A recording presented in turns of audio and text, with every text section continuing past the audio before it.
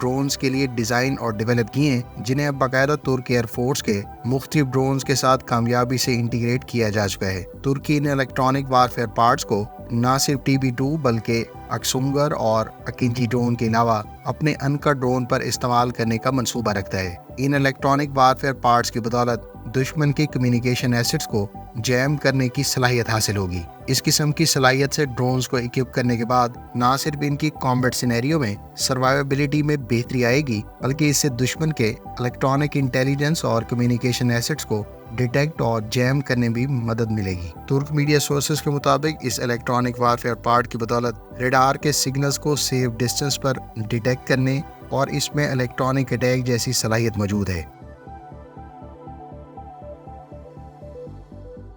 Friends, امریکی air force نے الزام عائد کیا ہے کہ اس کی سروس میں موجود B-52 بمبار طیاروں کو حالیہ دنوں میں ساؤتھ چائنا سی کی فضا میں پرواز کرتے ہوئے چائنیز ایئر فورس کے J-11 طیاروں نے غیر محفوظ انداز میں انٹرسیپٹ کرنے کی کوشش کی ہے۔ میڈیا پر جاری کردہ ویڈیو فوٹیج میں چائنیز ایئر فورس کے J-11 فائٹر جیٹ کو امریکی ایئر فورس کے B-52 بمبار طیارے کے قریب فلائی کرتے ہوئے دیکھا گیا ہے۔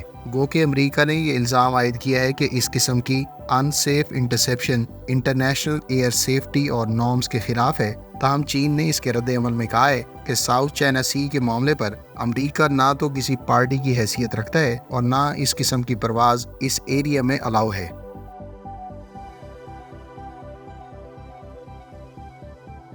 فرینڈز، ترک کمپنی بیکر نے اپنے ایک اور نئے انمینڈ کامبیٹ ایریل وہیکل کو پہلی مرتبہ کامیابی سے فلائی کیا ہے۔ جمعے کے روز کنڈکٹ کی جانے والی اس فرسٹ فلائٹ کے نتیجے میں ترکی کے انڈر ڈیولپمنٹ TB3 ڈرون نے کامیابی سے پہلی مرتبہ ٹیسٹ فلائی کیا۔ خیال رہے کہ TB3 ڈرون کو ترکی اپنی ڈرون کیریئر TCG اینادولو کے لیے خصوصی طور پر تیار کر رہا ہے۔ اس ڈرون کی خاص بات یہ ہے کہ اسے مقامی ٹرکش انجن انڈسٹریز کے PD-170 انجن سے پاورڈ کیا گیا ہے۔ یہ ڈرون تقریباً 1000 نوٹیکل مائلز کی رینج اور 260 کلو گرام کا پے لوڈ کیری کر سکے گا۔ اس ڈرون کی کامیاب فرسٹ فلائٹ کے موقع پر بیکر کمپنی کے CTO سلجوق بیرکتر کا کہنا تھا کہ ترکی اب ایئر کرافٹ کیریئر یا ڈرون کیریئر کے لیے اس قسم کا ڈرون بنانے والا لیڈنگ ملک بن گیا ہے۔ خیال رہے کہ TB3 ڈرون کو فولڈڈ ونگز کے ساتھ ڈیزائن اور ڈیولپ کیا گیا ہے اور یہ خاص طور پر نہ صرف مقامی ڈرون کیریئر پر استعمال کیا جا سکے گا بلکہ فیوچر میں اس کو اتحادی ممالک کو ایکسپورٹ بھی کیا جا سکتا ہے۔ فرینڈز، امید ہے اس ویڈیو سے آپ کو ہفتہ وار اہم ڈیفنس ڈیولپمنٹ سے متعلق بہت کچھ جاننے کا موقع ملا ہوگا۔ کمنٹ باکس میں اس نئے سلسلے کے بارے میں اپنی رائے سے ضرور آگاہ کریں۔ ملتے ہیں نیکسٹ ویڈیو کے ساتھ، اپنی دعاؤں میں یاد رکھیے گا۔ اللہ حافظ۔ پاکستان زندہ باد۔